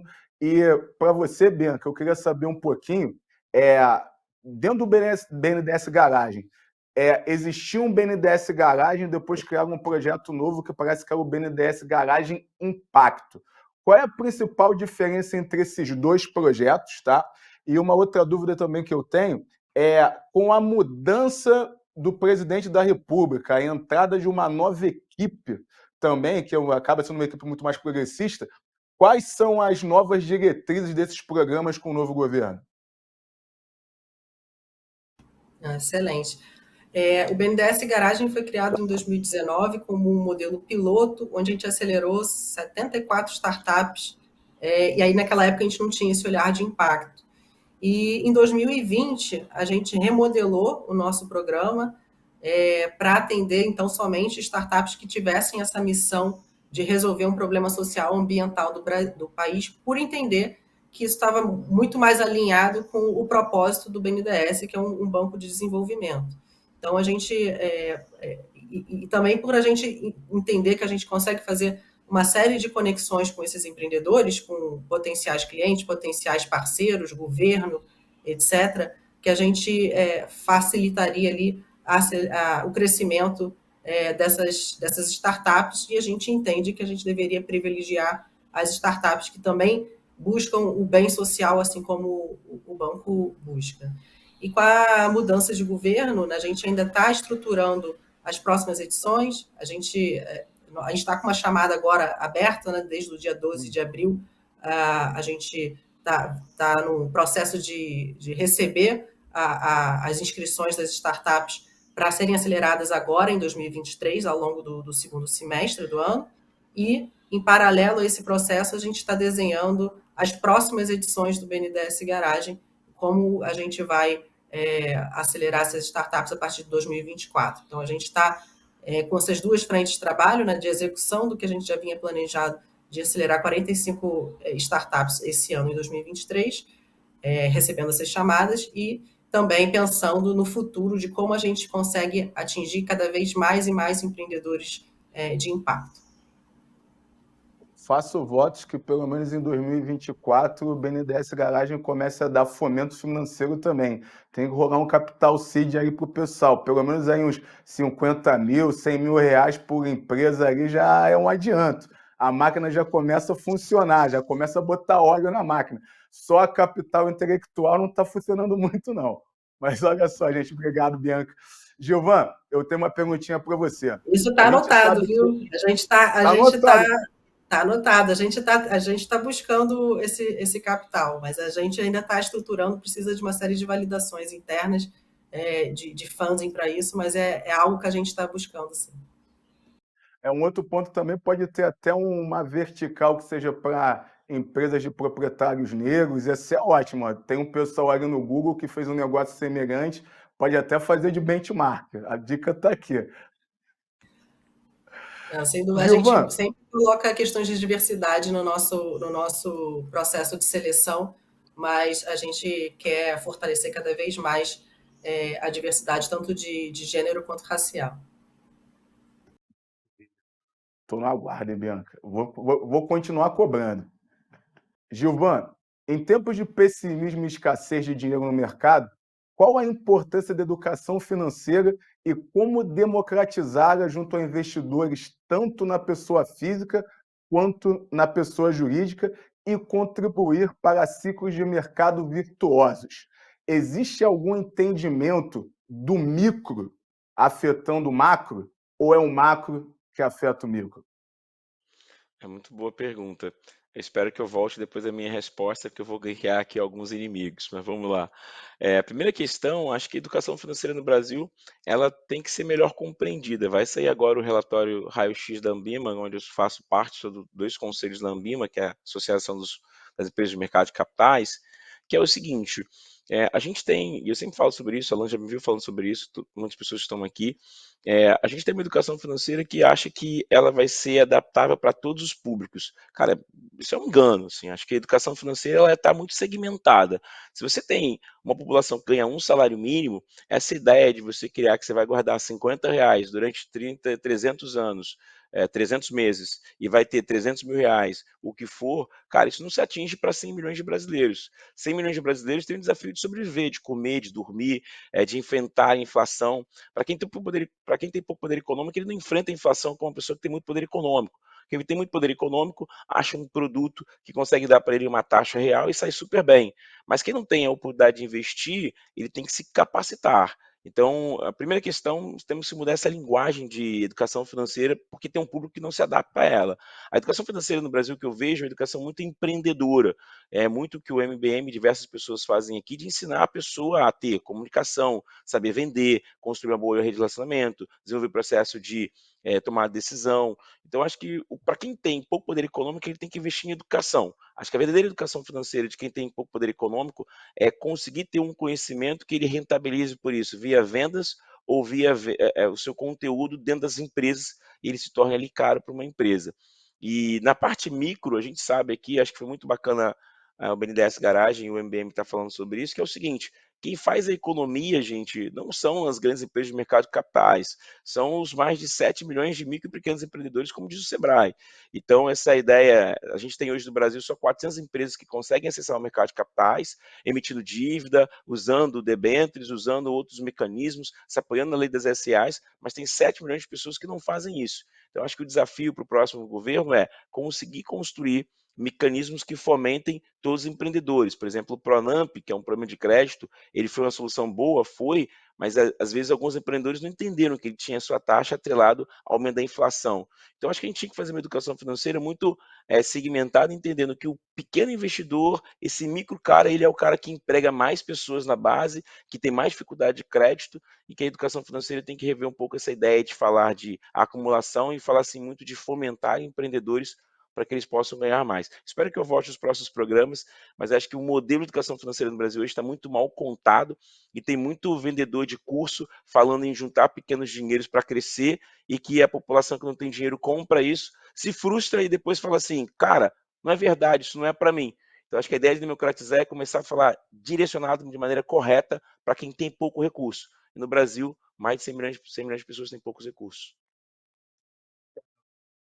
Comentando o que você disse, Gilvan, eu vou incomodar esses nomes que você disse que ia acabar criando alguns inimigos. a parte bom de ter produção, que riqueza vem da produção, né? Então, como eu trabalho e produzo, eu consegui criar uma reserva de emergência para poder pagar um advogado. Então, vou poder chegar e falar qual é o problema aqui. O problema é que a gente tem muita educação de mercado e pouca educação financeira. Tem uma educação de mercado que as próprias corretoras acabam induzindo as pessoas a fazerem cada vez mais day trade, roletar no mercado, opção binária, aposta esportiva, e nada disso é educação financeira. Na verdade, é uma forma de conseguir atrair esse pequeno investidor, de acabar dando um sonho impossível de ser alcançado para ficar com o dinheiro desse indivíduo. É a mesma coisa que esses influencers que negativamente ficam falando, olha, é melhor você alugar um imóvel do que você comprar um imóvel. Depende para quem. Realmente, se você já tem um patrimônio de 1 milhão guardado, é melhor você alugar, que você vai alugar um imóvel pagando 0,3, 0,5, e o teu 1 milhão vai ficar rendendo a 14%, 15% ao ano. Mas para um indivíduo que ganha 2 mil, 1.500 reais, ele vai no Minha Casa Minha Vida, vai pegar a taxa de 4% ao ano, 6% ao ano. Vai pagar uma casa que vai ser dele no final das contas. Então, a educação financeira tem que ser segmentada, como você disse, e esses influencers, que eu chamo, na verdade, de desinfluencers, tem que parar de vender curso e parar de vender história da carochinha. Eu queria agradecer vocês dois pela oportunidade da conversa. Queria me endereçar aqui para as falas finais e que vocês pudessem se despedir e dar a palavra final de vocês. Vou deixar a Bianca começar, que eu falei pra caramba. Obrigada pelo convite, né? Poder participar aqui hoje. Eu acho que é muito importante esse tipo de conteúdo que vocês estão desenvolvendo e disponibilizando, porque, de fato, a parte de educação financeira é algo que a gente precisa difundir cada vez mais no país, para que a gente tenha mais sucesso nas startups e nas empresas de uma maneira geral, e elas consigam antever aí essas avalanches que chegam, né, em função de altas de juro e outros itens que às vezes são inesperados para as startups, para elas se prepararem financeiramente, se prepararem, ter um olhar cada vez mais atento para os gastos dela, para os custos de aquisição de cliente, lifetime value, enfim, buscar cada vez mais esse conhecimento financeiro para que ela possa superar esses momentos difíceis. Muito bom. Cara, eu aqui vou falar o seguinte, vou ser super breve, assim. Podem te julgar pela cor da sua pele, podem te julgar pela sua orientação religiosa, sexual, se você é gordo ou magro, se você não fez um bom colégio, podem te julgar por qualquer coisa. Mas a partir do momento que você adquirir muito conhecimento, esse conhecimento pode te ressurgir, pode te ajudar, pode te mudar. Então, se você está aí agora, no momento pensando em transição de carreira, se você está no momento que você está perdendo um pouco a sua fé, ou em você, ou nas coisas que estão ao seu redor, cara, invista em conhecimento, consuma um conhecimento rico, com um propósito bem direcionado, como está acontecendo aqui hoje. E se você quer fazer uma mudança na sua vida, cara, investe em conhecimento, tenta aprender de coisas novas, se cerca de pessoas positivas, que conheçam um pouco mais do que você. Se você achando que você não está tendo resultado, cara, talvez o problema não está nos resultados, está em você e no que você está consumindo diariamente. Então, não deixem te julgar pela cor da sua pele, pela sua orientação religiosa, sexual. Cara, vai lá e escreva uma história diferente, mas invista sempre em conhecimento. Porque pode te tirar tudo, mas o conhecimento ninguém te tira. O conhecimento transforma. É o melhor investimento e tem o melhor rendimento. Obrigado e parabéns ao pessoal do MBM pelo propósito. Beijo, Bianca. Obrigadíssimo pela presença de vocês.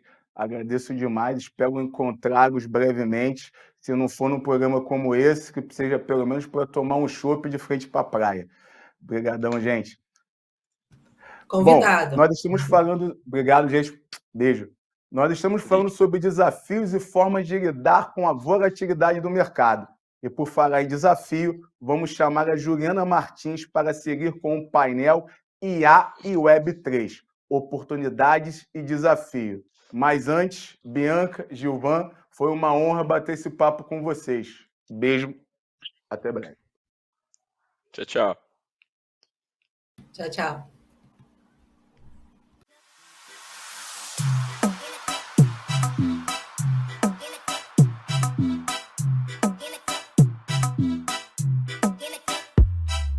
No. ancestral, é o resgatar para nos impulsionar para o novo, para o futuro, tendo um presente como o agente transformador dessa mudança. O Africatech é o braço educacional do movimento Black Money.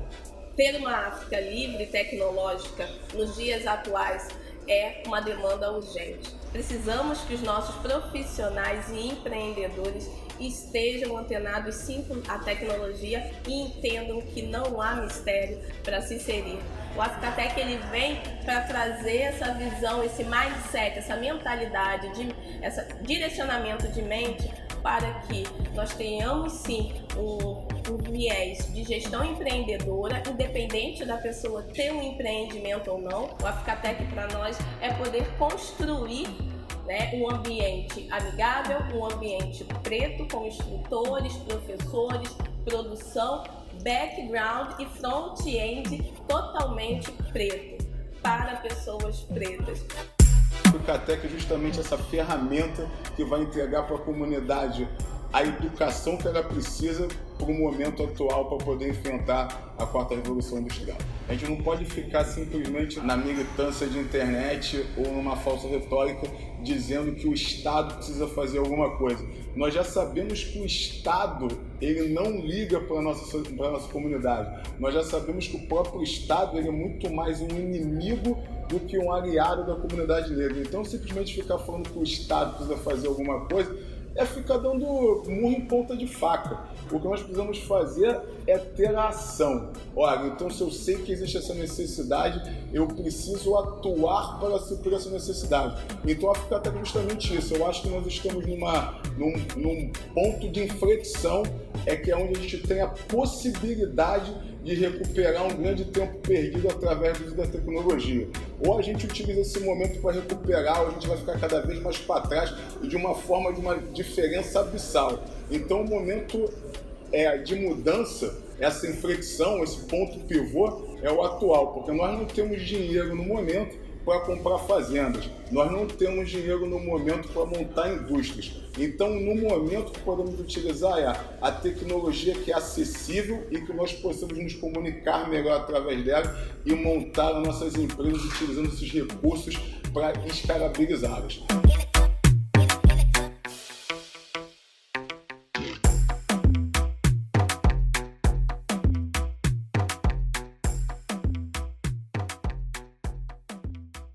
Como é bom saber que não estamos sós em nossa jornada por um mundo mais justo e inclusivo. A nossa parceira TD, Transformação Digital, faz parte do MBM Experience desde sua primeira edição. Para quem não conhece a TD, foi a primeira empresa da América Latina a produzir eventos online, antes da pandemia, com alto nível de tecnologia. Vocês podem observar vendo aqui os nossos estúdios. Hoje eles possuem o braço desde oferecer a plataforma SaaS de transmissão dos eventos online, que é a parte tech da empresa, até o TD Originals, que é a unidade de marcas próprias de eventos, como o SMO Summit, o RH Summit, a WOW Summit, Semana TD, entre outros. O TD conta com inúmeras marcas próprias de eventos online e também desenvolve eventos white label para empresas que querem apostar em um novo canal junto à sua audiência. Obrigada, TD, pela parceria de sempre. Agora, bora para o painel. Quando a gente pensa no futuro, sempre imagina algo melhor, né? Imagina um futuro diferente, onde as conquistas sejam igualmente possíveis e todas as pessoas respeitadas. Mas o que estamos fazendo hoje para que esses dias existam? Para chegar lá, a gente precisa se movimentar. Movimentar nem sempre é fácil, mas é natural do ser humano. Sair do lugar, se arriscar, transformar, romper padrões. E para caminhar na direção certa, a gente também precisa entender como chegamos até aqui. Assumir os erros já cometidos, nos conscientizar e agir na construção de uma sociedade com possibilidades justas para todas as pessoas. Esse é o momento de reorganizar a rota para chegar nesse futuro que desejamos, especialmente para a maior parcela da população brasileira. a que orgulhosamente se declara negra. Nessa trilha surge o Mover, uma coalizão de empresas que já fazem parte da vida dos brasileiros. O Mover é um movimento que tem como compromisso a criação de um futuro onde a equidade seja o ponto de partida, com mais lideranças negras, geração de empregos, ações de capacitação e formação para a transformação da consciência coletiva. Um movimento que impulsiona a vida de milhões, mas não de maneira solitária, e sim construindo de forma coletiva. Você também pode fazer parte dessa caminhada. Vamos transformar positivamente a maneira de ver, pensar e fazer o mundo. Estamos em movimento, estamos construindo a mudança. Mover. Para ser maior, só fazendo juntos.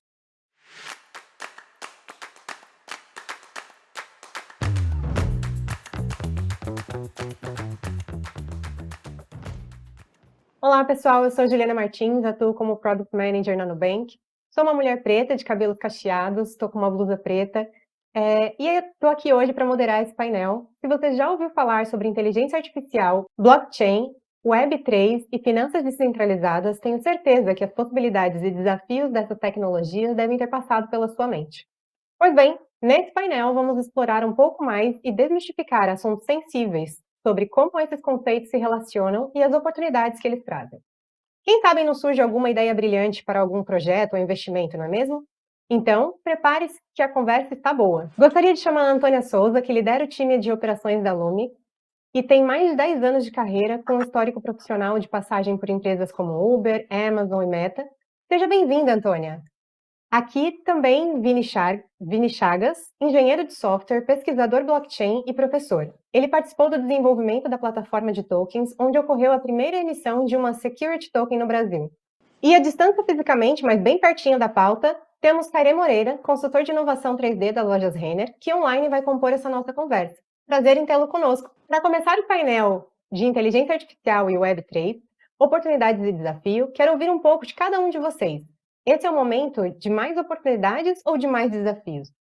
Bom, a gente sem dúvida está vivendo o ano da inteligência artificial e a gente vai ter igualmente oportunidades e desafios, pelo menos isso é o que eu vejo. A gente ainda tem muitos desafios com relação à tecnologia, com relação a próprios softwares e hardwares que a gente está utilizando, porém, as oportunidades são imensas e a gente está vendo aí agora, por exemplo, com o ChatGPT, como que cresceu absurdamente em tão pouco tempo, então, e as oportunidades de novos negócios surgindo são inúmeros. Então, sim, a gente tem muitos desafios, mas também muitas oportunidades, mais oportunidades ainda. Bom, concordo 100% com o que a Antônia falou aqui. A tecnologia ela tem esse poder, né, de trazer novas formas de resolver problemas antigos e trazer novos problemas também que a gente com certeza vai ter que resolver, e a gente vai falar muito disso aqui nesse painel agora. Sem dúvida, concordo com a posição de vocês. São novas tecnologias e novas ferramentas, aliás, né? Tecnologias são ferramentas e a gente precisa encontrar como conectar aí com as necessidades do dia a dia. Mas, para isso que estamos reunidos, para compartilhar conhecimento e trabalhar juntos numa solução. Aproveitando, então, esse espaço para compartilhar conhecimento, eu queria ouvir um pouco da Antônia. Antônia, o que te levou a, depois de estar em Big Tech, se dedicar a produtos como a Eve NFT e a startup Lumix? O papel da Web3 atualmente no desenvolvimento da sua carreira? Bom, eu trabalhei dentro dessas grandes Big Techs e tive a oportunidade de construir muitas coisas. Quando eu saí de lá, a minha decisão foi muito de escolher onde eu tinha os pilares fundamentais para o meu crescimento profissional. E entre eles estava continuar desenvolvendo a Web3, continuar fazendo parte desse time de builders que estão aí construindo, que estão atuando na estratégia dessa nova fase da internet. E dentro da Eve, dentro da Lumix, eu encontrei uma folha em branco, oportunidade de me desenvolver e desenvolver projetos inovadores, impactantes para o nosso ecossistema, tanto no Brasil quanto em toda a América Latina. Então, essa foi o racional por trás da minha decisão e o porquê que eu quis tanto ir me dedicar a essas duas startups. Vini, explica para a gente sobre blockchain e finanças descentralizadas. As habilidades na Web3 são fortalecidas através dos ativos digitais. Tá, legal. Vamos lá. Blockchain, ele é só uma nova forma que a gente tem de registrar dados. Eu gosto de comparar com um cartório público, só que no mundo digital. O que a gente tem no cartório, né? Geralmente um cartório é um banco de dados e esses dados eles representam várias coisas que a gente utiliza para a nossa vida, no nosso dia a dia, e você pode chegar lá e consultar uma informação que você quiser, por exemplo, você pode saber quem é o dono de determinado imóvel na rua X, e você pode saber também todo o histórico de transferências desse imóvel. E se você quiser fazer um registro também nesse banco de dados aí, que é o cartório, você vai ter que solicitar e cumprir uma série de requisitos ali para conseguir inserir um novo dado. E esse tipo de registro é muito importante para a gente como sociedade. E blockchain conseguiu transportar isso para o mundo digital. E sobre finanças descentralizadas, o blockchain ele tem a capacidade de criar, de ser infraestrutura, né, de ser fundamento para várias aplicações que a gente consegue construir com isso, e transações financeiras são assim uma aplicação que faz total sentido para utilizar com blockchain. E finanças descentralizadas é todo um novo sistema financeiro onde a gente consegue tirar algumas instituições e substituir com tecnologia. E é por isso que tem um nome descentralizado, porque você faz isso de uma forma onde não está mais nos controles de poucas pessoas, de poucas instituições, isso está descentralizado e foi descentralizado pela tecnologia, e aí você cria produtos e serviços financeiros em cima dessa tecnologia. Então, resumidamente, finanças descentralizadas é esse novo sistema construído com blockchain. Pensando aqui, eu vou fazer uma pergunta para todos vocês, e pensando nessa questão de descentralização, eu queria entender que a Web3 pode impulsionar a evolução da inteligência artificial, especialmente em relação às questões de privacidade e segurança de dados. Privacidade e segurança de dados certamente é um problema do nosso mundo atual, e esse problema tende a se intensificar nos próximos anos com a nossa vida, né, a nossa economia tendo cada vez mais presença no digital. E sobre inteligência artificial e blockchain também, nessas duas questões, eu acho que assim, de um lado, blockchain consegue trazer muita autonomia para os usuários, eles conseguem controlar um pouco melhor os seus dados, o que traria mais privacidade, mas por outro lado também, a segurança ela acaba ficando um pouquinho mais na mão dos usuários. Então a gente vai ter um pouco esse trade-off quando a gente está falando de blockchain. E sobre inteligência artificial, a gente tem outros problemas também, que está muito ligado à fonte desses dados, né, que essas inteligências artificiais vão utilizar para construir os seus modelos. A gente tem que ter a certeza que esses dados, eles são dados que não carregam vieses da nossa sociedade, que são dados que eles possam realmente ser utilizados e que a gente não vai criar mais problemas utilizando inteligência artificial. Eu adicionaria alguns pontos. Eu acho que a AI e a Web3 ela traz uma mudança muito grande no padrão de consumo, no padrão de usuário que a gente tem. Enquanto eu costumo dizer que enquanto na Web2 a gente, o usuário, é o produto, na Web3 você passa a decidir se você quer ou não compartilhar os seus dados como produto. Até recentemente eu vi no Twitter, que é a rede social da Web3, um usuário degenerado, daquela galera que está começando a usar a Web3 desde o início, falando que ao usar um browser, um navegador, que não era o padrão da Web2, que não era um Google, que não era algo que a gente está acostumado a utilizar, ele recebeu um e-mail, uma comunicação, perguntando se ele gostaria de vender os dados dele para que pudessem ser feitos ads dentro daquela plataforma. Isso é um cenário que a gente nunca viu dentro de plataformas como Google, Facebook, Instagram. E isso é algo que só a Web3 ela permite. Então, hoje, a gente utiliza as plataformas de graça fornecendo os nossos dados. Quando a gente migra para a Web3, esses dados passam a ser nossos e passam a ter valor de verdade. A frase, o dado é o novo petróleo, ela nunca teve tanto sentido quanto ela tem dentro da Web3. Só que aí não são as grandes corporações que vão estar usando esses dados, vai ser você como usuário. E, logicamente, a grande mudança aqui é que antes, e principalmente falando em relação ao público brasileiro, a gente tem que desenvolver uma consciência de proteção de dados, algo que a gente não tem, não é cultura do brasileiro. A gente vai começar a ter cada vez mais as pessoas se preocupando. Por que elas estão dando aquela informação? O que vai ser utilizado? A gente teve nos últimos 2 anos o lançamento, né, a regulamentação da LGPD para o Brasil, que já era uma lei que vinha para proteger os dados da população dentro ainda da Web2, e que com a Web3 isso vai ser cada vez mais realidade e dia a dia da população e dos usuários. Karina, o que te levou a criar a Princesa Ayana e seguir na carreira de consultor 3D, explorando tecnologias como realidade virtual? Para você, o desenvolvimento de personas no mundo imersivo já é uma realidade para todas as pessoas de diferentes tamanhos de negócios no Brasil? Bom, eu trabalho na moda, tô trabalhando na moda há mais ou menos 6 anos, encontrando tecnologias para resolver problemas reais dentro desse mercado. E, naturalmente, por ser formado em animação 3D, muito do meu apoio de inovação está atrelado a tecnologias de computação gráfica, né? Tecnologias 3D. A Princess é um projeto onde eu venho estudando como que a gente consegue conectar a Web3 junto com o mercado da moda hoje.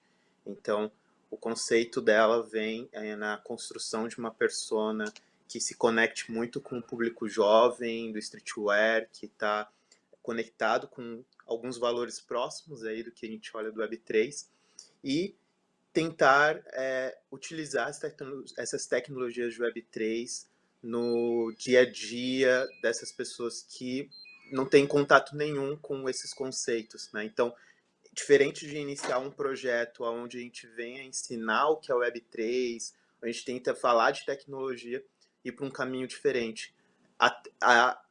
Conectar a cultura, entender a cultura desse público, trazer uma persona que se conecte com esse público através da cultura, e aí sim a gente trazendo as facilidades da tecnologia.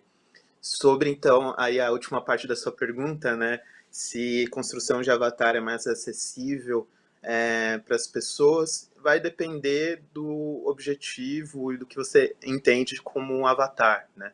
Então, hoje, avatar pode ser desde ali de um personagem num jogo onde a gente já tá muito natural em fazer uma construção, como um GTA, um The Sims, quanto também uma representação sua digital através desses emojis ou formas que você consegue construir ali no WhatsApp, né, para ter uma carinha igual a sua, ou na época do Orkut também, que tinha uma brincadeirinha assim. Quanto também a gente pode até entender a personalidade que a gente constrói dentro das redes sociais. Então, a forma que você fala, se expõe no Instagram é diferente do LinkedIn, a gente pode entender isso como avatar. Então, tem avatares como mais avançados, como a própria Princess, ou a Renata da Renner, ou a Lu do Magalu, que são obras de computação gráfica com hiperrealismo, bem complexos, e onde tem a ideia de a gente construir, pode ser um influenciador ou uma representação de uma marca, né? Neste caso, já exige maior poder de processamento gráfico, maior conhecimento de computação gráfica. A gente pode dizer que não é acessível para o público comum, porque tem que ter esses conhecimentos e tem que ter computadores mais avançados, mas já é muito mais acessível que antigamente, onde construir uma persona como essa digital, um personagem, era coisa da Disney, era coisa de grandes estúdios. Então, para o público comum, final, não é acessível, mas para as pessoas que têm conhecimento de computação gráfica, buscam conhecimento de computação gráfica, investem aí em softwares e computadores gamers, por exemplo, hoje já é um pouco mais acessível. Vocês trouxeram aqui alguns hacks em relação a oportunidades, como é que as pessoas podem fazer para aproveitar esse processo e aproveitar esse momento de mercado. Mas eu queria ouvir de vocês quais são os benefícios, principalmente em relação à inclusão e diversidade para a inteligência artificial e o Web 3.0. Bom, vira e mexe as pessoas me perguntam sobre isso e qual é o meu pensamento. A Web3 ela começa já mais diversa, porque a gente está num momento da sociedade onde as pautas de representatividade e a diversidade estão sendo mais faladas. Hoje mesmo, a gente está aqui no evento, falando sobre esse tema, no evento focado para a comunidade negra. Isso antes, logo no início da Web2, não existia. Então, essa possibilidade dessa Web2 ela iniciar já diversa, ela era praticamente nula. Quando a gente está falando tanto de inteligência artificial quanto de Web3, essa base já está sendo construída com um pouco mais de diversidade. Seria muito sonho meu falar que isso vai fazer com que seja diferente completamente e que a gente vai ter 50%, 50% de todos os grupos. Não é assim. Porém, a gente já vai ter um início melhor. Eu sempre falo, e quando a gente está falando de tecnologia, isso é um pilar fundamental, a tecnologia ela representa o que a sociedade vive e ela é criada pela sociedade. Então, se a gente tem grupos diversos criando essa tecnologia, a gente vai ter essa tecnologia representando as mais diversas visões e, com isso, menos viés em relação ao racismo, em relação à falta de diversidade e representatividade. Se a gente tem isso dentro da Web3, a gente começa a ter ela de uma forma melhor. Hoje, a gente consegue já ver vários projetos. A IVE é um caso desse. onde a gente fala de diversidade dentro do mundo feminino. E a gente tem vários outros projetos, falando de diversidade para os povos indígenas, levando a Web3 para dentro das comunidades. O Jean Guilherme está fazendo isso lá na favela de Santa Amaro, no Rio de Janeiro. E tem vários outros projetos acontecendo. Mas que eu via quando a Web2 começou. Eu concordo e eu tenho uma visão bem parecida de não ser tão utópico assim, né? De que a gente vai continuar tendo esses problemas, mas a gente tem algumas coisas que a gente está enxergando de cultural assim mesmo de Web3, pelo menos nesse início agora, ela traz muito essa questão da realmente representatividade, descentralização e colaboração para tentar diminuir as desigualdades que a gente tem na nossa sociedade. Eu espero que isso não se perca conforme a Web3 vai se tornando mais corporativa, e que a gente consiga realmente diminuir essas disparidades sociais que a gente tem. Um ponto só para acrescentar aqui sobre como que as empresas poderiam fazer isso já agora, né? A Antônia citou um pouco isso, eu também concordo, de programas de inclusão, tanto de recrutamento quanto de educação, que as empresas podem fazer, separar parte do capital aí para investir nisso, que também é uma forma da gente, no curto prazo, conseguir pelo menos trazer mais pessoas pretas, mais pessoas trans, e a gente tem visto alguns programas nesse sentido, e eu espero também que isso se perpetue, não só na Web3, mas já comece agora, já que a gente tem muito trabalho pela frente. Falas super necessárias, obrigada, pessoal. E agora eu queria falar um pouco sobre confiabilidade, né? Tem sido muito discutido os limites da confiabilidade em ferramentas desenvolvidas a partir de inteligência artificial, possíveis riscos e substituições de alguns cargos. Em contrapartida, existe um celeiro de possibilidades com o uso da tecnologia, que foi o que vocês trouxeram aqui. Quais que vocês veem nesse sentido para que os profissionais e companhias possam se destacar? Bom, falando um pouco de profissional, eu acho que é começar a utilizar essas ferramentas a seu favor. O Kairi falou um pouco disso também, de você já começar a ir testando, né? Web3 inteligência artificial, temos muitas plataformas gratuitas que você consegue já ir se inteirando nesse ambiente, tanto utilizando ferramentas como o ChatGPT, ou então interagindo com aplicações descentralizadas, aplicações de finanças descentralizadas, que eu citei no início, e só de você fazer isso, começar a usar essas aplicações na frente, você já larga um pouco na frente de outras pessoas que ainda têm uma barreira de utilizar, e você também, e principalmente falando de inteligência artificial, você ganha muito produtividade. Eu venho tentando aplicar isso no meu dia a dia, eu acho que é uma coisa que você já pode fazer agora, para às vezes conseguir, você tem um emprego e você consegue ser mais eficiente ali no seu emprego, conseguir um freela, 2, então são coisas que você já pode fazer assim, além de aprender para trabalhar efetivamente com essas tecnologias, né? É isso. Bom, as pessoas elas costumam dizer que a inteligência artificial vai roubar o meu emprego. Não, gente, isso não vai acontecer. Se você estiver trabalhando para conseguir incluir a inteligência artificial dentro do seu dia a dia. Ela ainda não consegue pensar 100% sozinha. Ela ainda vai precisar que a gente saiba colocar os inputs. As informações que saem das inteligências artificiais, elas ainda são muito cruas. E a gente precisa de um conhecimento técnico que só os humanos têm e que se você conseguir utilizar melhor, usar a inteligência artificial para ser mais proativo, para conseguir ter mais rapidez na solução dos seus problemas, para conseguir fazer com que ela venha a ser, de fato, uma melhoria e não um empecilho, e não roubar o seu lugar. Acho que a chave aqui, ela é muito mais direcionada para as pessoas precisam olhar para isso como uma oportunidade de aprender mais. Assim como a gente aprendeu o marketing digital há uns anos atrás, e que as pessoas tiveram que aprender a fazer o marketing para os grandes públicos, tanto na TV, tanto nas revistas, quanto também na internet. Agora, se a gente antes tinha os negócios online e offline, a gente precisa agora trabalhar para que esses negócios também sobrevivam dentro do mundo da Web3. Eu costumo dizer que o metaverso, a Web3, eles são representações dos mundos reais. Então, as mesmas coisas que a gente tem no mundo real, a gente vai ter dentro desses mundos digitais. A importância é que a gente consiga fazer esse deparo e que a gente continue ali surfando dentro dessas tecnologias. Pessoal, super obrigada pela oportunidade aqui, pela troca. Eu acho que foi super rico. Queria saber se vocês deixam uma mensagem final, como é que a galera encontra vocês, como trocar mais informações sobre tudo que a gente discutiu aqui hoje. Tá, por favor. Bom, pessoal, eu agradeço muito o convite. Para mim foi um prazer estar aqui conversando com vocês. Quem quiser conversar e saber um pouco mais sobre o Web3, sobre NFT, sobre tecnologia, são temas que eu amo falar, ficaria aqui por horas falando. e podem acompanhar junto comigo nas minhas redes sociais, tanto no LinkedIn, que é a Antônia Souza, quanto no meu Instagram, que é aantonia.souza. Vai ser um prazer conversar com vocês e trocar lá. Também só tenho a agradecer aqui a oportunidade de dividir esse espaço aqui com vocês. E quem quiser me acompanhar, eu tento sempre falar também sobre tecnologia dessa forma mais aplicada, como que você pode usar na sua carreira ou nos seus negócios, se você tem um perfil um pouco mais empreendedor, e é @vinichagas.io lá no Instagram. É minha rede principal, então você me acha por lá. Valeu, tamo junto. Bom, pessoal, uma certeza que a gente tem depois de tudo que a gente falou aqui é que ainda há muito para ser desbravado e são oportunidades como essas que estamos tendo hoje de discutir e analisar que farão a diferença no conhecimento e ampliação de oportunidades. Agradeço muito a contribuição de vocês, agradeço vocês que nos acompanharam até aqui. Super obrigada, pessoal!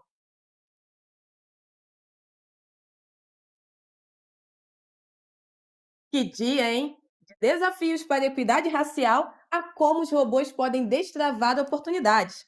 Falamos de um tudo nesses primeiros painéis. Só de pensar que estamos começando e que amanhã teremos muito mais pontos complexos e urgentes a serem abordados, me causa uma satisfação imensa de fazer parte de tudo isso. Por isso, quero agradecer a quem faz isso acontecer com a gente. Nossos patrocinadores, Mover e Sebrae. Juntos nessa também, nossos parceiros institucionais, o Itaú e o TD, que trouxeram toda essa estrutura necessária para a realização desse projeto. Os nossos media partners, Portal Terra e Mundo Negro. E lógico, todo o time que com a gente, colaboradores e convidados, fizeram desse dia especial e que amanhã também estarão firmes e fortes aqui conosco. Mas aguenta o coração aí, Nina. Só quero lembrar ao pessoal que amanhã vamos dialogar sobre mulheres, tecnologia e negócios.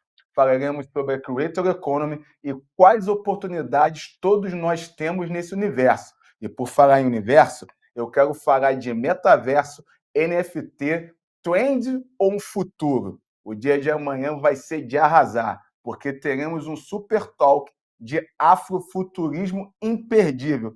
É sobre isso, né? Movimento Black Money e MBM Experience. Um só povo, um só destino. Até amanhã.